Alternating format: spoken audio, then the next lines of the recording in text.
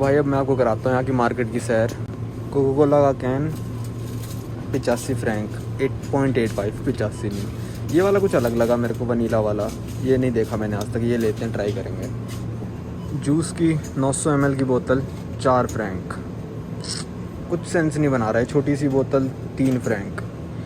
कटे हुए मैंगो 400 रुपये के 150 ग्राम आम कटे हुए, काटने की तो मेहनत लगी इन लोगों की। रेड बुल 1.5 की, 250 ml, वो भी छोटी वाली कैन है, बड़ी वाली भी नहीं है। यहाँ पे दारू ही सस्ती है भाई, बस जो पीता है उसके लिए सही है। पानी की जगह ये पी सकते हो। 40 रुपये का कैन है, पर सारी भी सस्ती नहीं है, महंगी भी हैं, ऐसा नहीं है। पर हाँ सही है, मतलब फिर भी ये 12 फ्रैंक, ये थोड़ी महंगी हो गई। ये देखो भाई आप, चिकन नगेट 600 ग्राम 10 फ्रैंक, मतलब 850 रुपये। ये 900 ग्राम 935, चलो ये थोड़ा सस्ता है। पर कुछ भी भाई, मतलब 500-700 रुपये से कम ही नहीं है। तो यहाँ पे लिखा है दिस इज़ नॉट मिल्क, बोतल पे लिखा है। तो okay, how much is milk? 1 litre 200। चलो ये तो और देशों में भी थोड़ा इतना ही मिलता है। ये this is good, this price is good. is on your island. Yeah, everywhere is like everything, this. Yes. everything is on your island. Then the further down you go, the cheaper. देखो सही सही कह रहे हैं। देखो ज़्यादा अंडे, 10 अंडे यहाँ पे रखे हैं 4.90 के, and this is only 6 for 480. Yes. There are 10। Yes. और ये 340 का भी है देखो। तो मतलब फिर भी भाई 500 रुपये के अंडे, 6 अंडे 100 रुपये का एक। ये देखो भाई अंडे रंगीन करके रख दिए। Oh yeah, you can even go for this. I mean that's pink, blue, pink, orange, green, yellow, and red. those, the Natura plant always really expensive. This The Natura plant. Oh. The brand. The blue, the greenish one. Like Look, the organic. greenish one. Yeah, it's like, look, it's green. It's nice. Yeah. ये टॉबलेरोन भी सही rate पे है 2.20। मैं find करने की कोशिश कर रहा हूँ कि जो सही रेट पे है। इंडिया में भी शायद इतने की आती है, 200 की तो आती होगी। ये सारी हैं चॉकलेट्स, देख सकते हो आप प्राइस। ये है आइसक्रीम्स 165 ml, सिर्फ और सिर्फ 350 रुपये।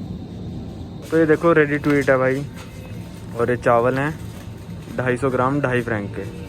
तो यहाँ पे आता है सेल्फ का, और हमने पता नहीं क्या क्या खरीदा, दिखाता हूँ और कितना बिल आता है। ये भाई लेते जा रहे हैं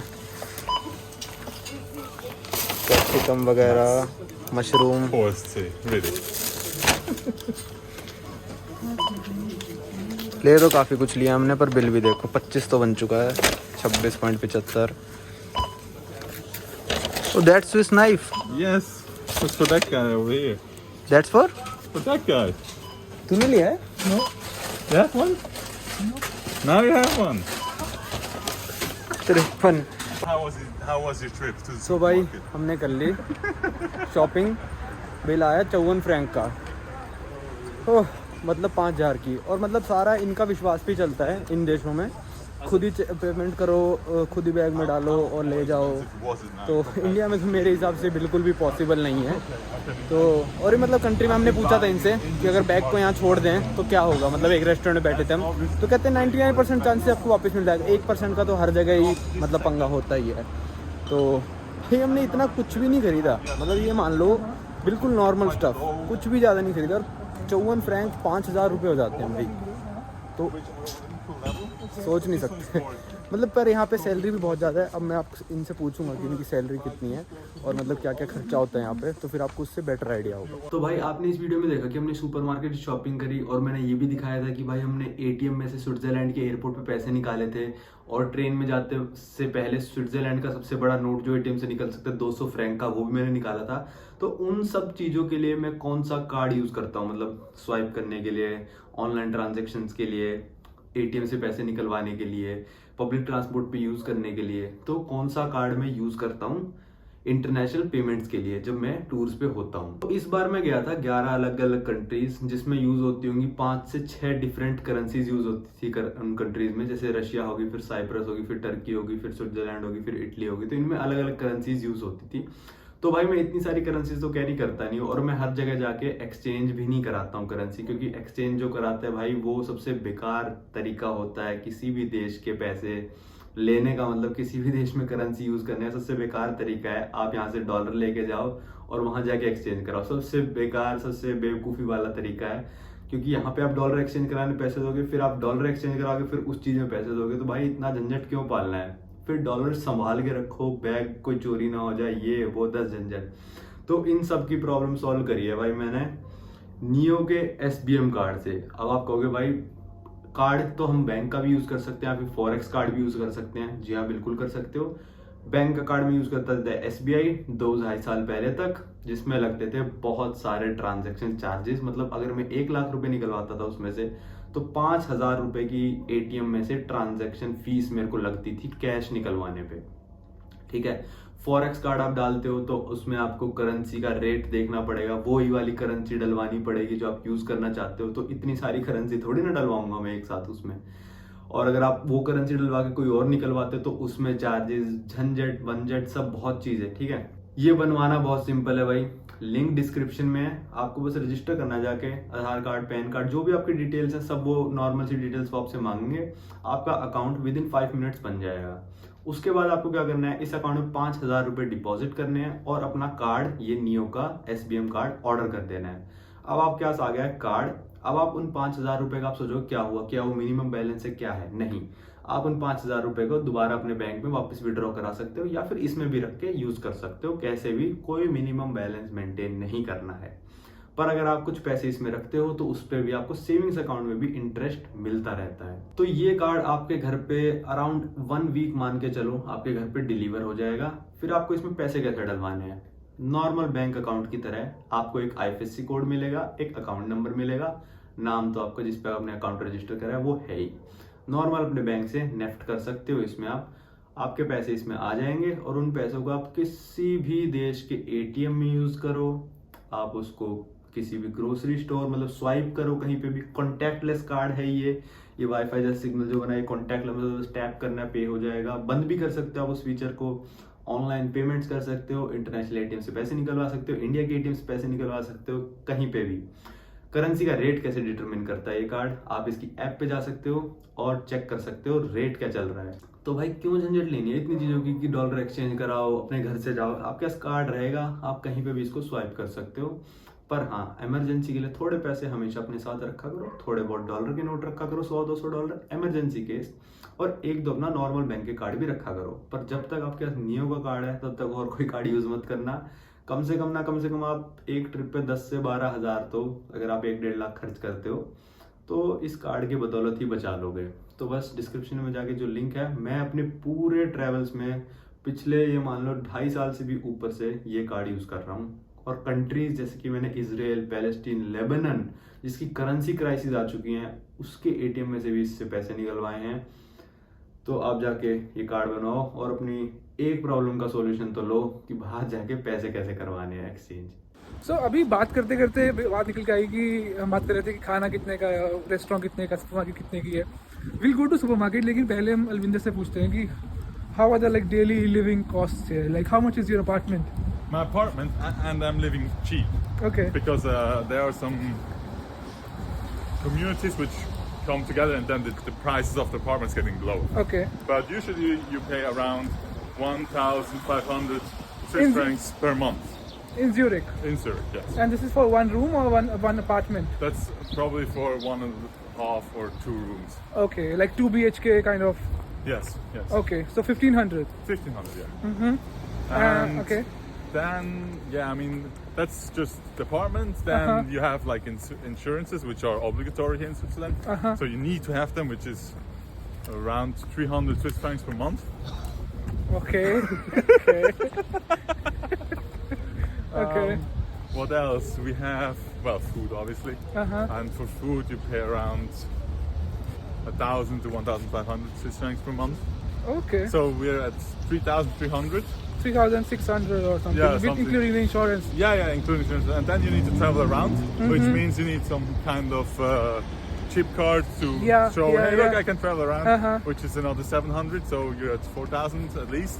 Oh, okay. And, yeah, and then you didn't have fun so far, or no clothes.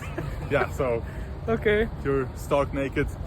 having food though and the shelter, but that's fine. Okay, तो बता रहे थे कि बेसिक लोग बोलते हैं रोटी कपड़ा, और कपड़ा भी नहीं है इसमें, रोटी और मकान है तो 4000 स्विस फ्रैंक, मतलब कि अराउंड 3.5-4 लाख रुपए पर महीना आपके जाएंगे ही जाएंगे। तो जैसे कि बताया इन्होंने मुझे कि मतलब ये बेसिक खाना है, इसमें कोई फन नहीं है, कोई पार्टी नहीं करी, कोई फैंसी कपड़े नहीं खरीदे, तो अभी 4 लाख रुपए लग जाएंगे आपके। तो वही है कि जैसे जो मेरा होस्ट है ना, वो यहाँ PhD कर रहा है, उसकी सैलरी है 5000 कुछ ना, कितनी थी 5300 स्विस फ्रैंक। तो भाई 4000 तो लग ही गया इसमें, बचा उसको वही 1 लाख, उसमें वो फन करेगा। Oh, taxes. Yeah. So let's see. For my 95k, I pay around 10 to 12,000 Swiss francs in taxes. Okay.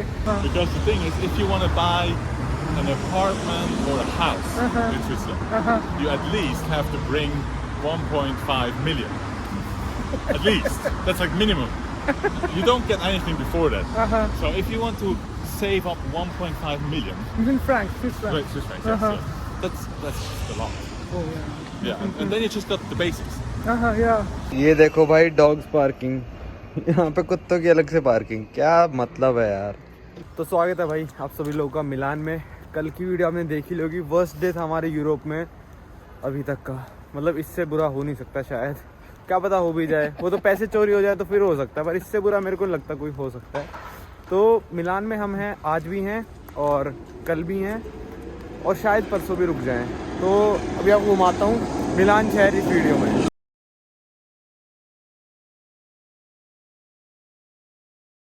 तो यहाँ हम पहुँच गए हैं सबसे फेमस चर्च पे, उस पूरे वर्ल्ड में शायद सबसे बड़ा कौन सा ये कैथलिक चर्च सबसे बड़ा वर्ल्ड में, और बड़ा ही मतलब गूगल करना पड़ेगा पहले। ये देखो पहले अंदाजे। और यहाँ पे लगी हुई है क्रिसमस मार्केट, मस्त लग रही है। पहले हम थोड़ा भूखे हैं भाई, 7 दिनों के स्विट्जरलैंड ने भूख से मारे, तो पहले मैकडी जा रहे हैं। तो अभी हम घूम रहे हैं भाई मिलान के बिल्कुल सेंटर एरिया, मतलब इससे ज़्यादा सेंटर कुछ हो नहीं सकता। अभी मैकडी में खा लिया हमने, थोड़ा सस्ता है स्विट्जरलैंड से, मतलब ये मान लो 30% सस्ता हो गया ना। नहीं यार, ये जो हमने बर्गर खाया अभी, हाँ इतने का ही पड़ा वहाँ पे। नहीं वो तो पूरा वहाँ पे 6 का खाया था, पर ये तो रोल था ना, वहाँ पे शायद 7-8 का रोल होगा। तो अच्छा, तो ये बता तेरे क्या इंप्रेशंस रहे हैं? मेरे तो क्या ही बताओ, मेरे तो कल ही चल उसके अलावा वैसे घूमने में कैसा लग रहा है? मतलब थोड़ा तेरे को उदास सी वाइब्स आ रही है? ये तो शायद हवा थोड़ा सा, मतलब ऐसा लग रहा है जैसे स्मॉगी सा है। हाँ, यहाँ पे एयर क्वालिटी इंडेक्स बहुत गंदा है, मतलब दिल्ली के लेवल का यहाँ पे एयर क्वालिटी इंडेक्स। तो मेरे को तो मतलब शर्मात से तो काफ़ी सही लग रहा है मेरे को। यहाँ पे क्रिसमस मार्केट लगी हुई, आपको दिखाता हूँ। ओ भाई सुंदर, ये अच्छा ना पंजाबी। चलो मतलब कुछ तो वाइब्स आई, ठीक है। और पंजाबी मैंने ये कहा कि यहाँ पे ना थोड़े बुढ़े लोग ज़्यादा दिख रहे हैं मेरे को, मतलब ओल्ड एज पीपल लोग ज़्यादा दिख रहे हैं। तो अभी हम आए चर्च पे, पहले आपको चर्च घुमाते हैं और देखते हैं मिलान में 2 दिन हम क्या क्या घूम पाते हैं। मेरे को तो अच्छी फीलिंग्स आ रही है।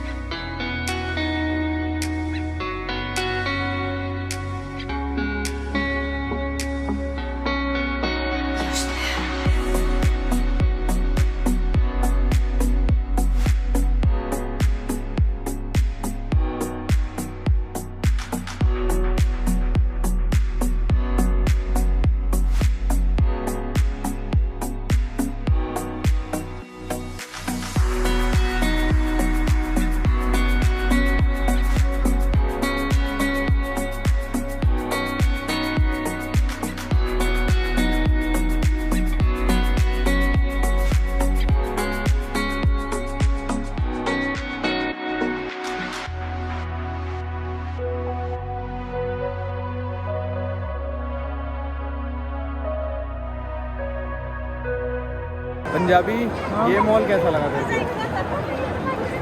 एपिक नहीं है ये?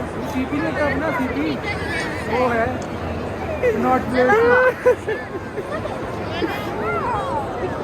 ये है यहाँ पे मिलान की मेट्रो, देखते कितने क्या की टिकट है। तो यहाँ टिकट है भाई 2 यूरो की मेट्रो की, जो मतलब आप ट्रैम में भी इतने की होगी, और डेली की है 7 यूरो की। तो हम तो पैदल ही चले जाएंगे। तो मिलान में आज दूसरा दिन, और मतलब पूरे मिलान शहर में बस वो जो कैथीड्रल है उसके अलावा घूमने का इतना है नहीं। यहीं पे सारी शॉपिंग है जो कल घूम ली थी हमने, आज तो ऐसे अर्जेंटीन कॉन्सुलेट आए थे कि भाई क्या पता वीज़ा मिल जाए, पर वो लोग बोलते स्पेनिश हैं तो मेरे को समझ ही नहीं आया क्या बोल रहे हैं। वैसे ब्राज़ील में हमने कर लिया है अर्जेंटीना कॉन्सुलेट में जुगाड़ की अर्जेंटीना का वीज़ा मिल जाएगा, वो तो चलो बाद की बातें हैं। तो अभी हम जा रहे हैं भाई रोम। यहाँ से हमने सोचा कहाँ जाएं, तो सोचा रोम चलते हैं और यहाँ से जाते हैं बुलेट ट्रेन, मतलब पूरे इटली में बुलेट ट्रेन चलती है मेन सिटीज़ में, जैसे जापान में चलती है मेन सिटीज़ में।